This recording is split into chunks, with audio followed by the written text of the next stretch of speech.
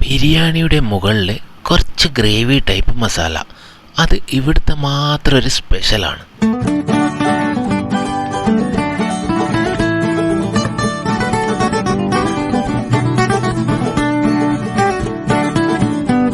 കണ്ണൂർ ടൗണിൽ Plaza junction. നമ്മൾ city സെൻറ്ററിൻ്റെ അവിടുന്ന് നോക്കിയാൽ കാണുന്ന ദൂരം, അതായത് സ്റ്റേറ്റ് ബാങ്കിൻ്റെ അങ്ങോട്ടേക്ക്.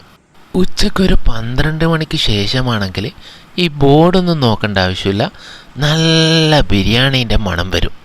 ഹോട്ടൽ സോഫ്റ്റ് എന്ന്. ഉച്ച സമയത്ത് ഇതുവഴി പോകുന്നവർക്കറിയാം ഇവിടുത്തെ ബിരിയാണിയുടെ വാസന. ചെറിയൊരു ഏണിമുറിയുടെ അടിയിലാണ് ഈ ഒരു ഹോട്ടൽ. ഉള്ളിൽ വേറെയും ഇരിക്കാൻ സെറ്റപ്പ് ഉണ്ട്. ഇതാണ് ഇവിടുത്തെ എൻട്രൻസ്. ഉച്ചക്കവിടെ ബിരിയാണിക്ക് വൻ തിരക്കാണ്.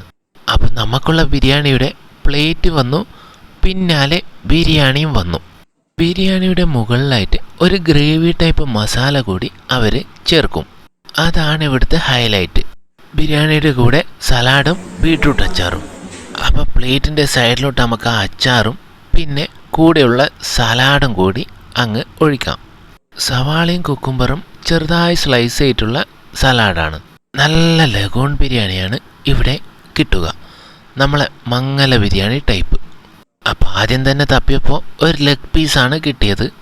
ഒരു ലെഗ് പീസും ഒരു നോർമൽ പീസുമാണ് മിക്കവാറും ഉണ്ടാകാറ്. അപ്പോൾ ലെഗ് പീസിൻ്റെ അകത്തുനിന്നൊരു ചെറിയ പീസ് പൊട്ടിച്ച് ആ റൈസിൻ്റെ കൂടെ അങ്ങ് വെക്കുക. അതിനുശേഷം കുറച്ച് സലാഡ് അതിൻ്റെ മുകളിലോട്ട് ഇടുക. പിന്നെ നമ്മുടെ ബീട്രൂട്ട് അച്ചാർ അതുകൂടി ഇട്ട് നല്ലപോലെ ചോറിൻ്റെ കൂടെ അങ്ങ് മിക്സ് ചെയ്യുക. അപ്പോൾ ആ ഗ്രേവി ടൈപ്പ് മസാലയും സലാഡും അച്ചാറും ഒക്കെ ആയിട്ട് നല്ല കിടിലൻ ടേസ്റ്റ് ആയിരിക്കും. 170 രൂപയാണ് ഇവരിവിടെ ചിക്കൻ ബിരിയാണിക്ക് ഈടാക്കുന്നത്. 2 പീസ് ചിക്കനാണ് ഈ ഒരു ബിരിയാണിയിൽ ഉണ്ടാകുക. പിന്നെ മട്ടൺ ബിരിയാണി ഇവിടെ അവൈലബിൾ ആണ്, പക്ഷെ ഇവരുടെ മെയിൻ ചിക്കൻ ബിരിയാണിയാണ്.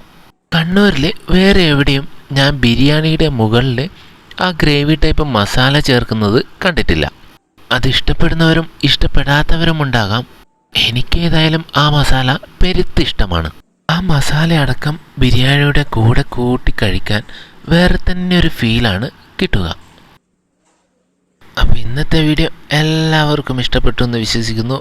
ഇതുവരെ ചാനൽ സബ്സ്ക്രൈബ് ചെയ്യാത്തവർ ഒന്ന് സബ്സ്ക്രൈബ് ചെയ്ത് സപ്പോർട്ട് ചെയ്യണേ. താങ്ക്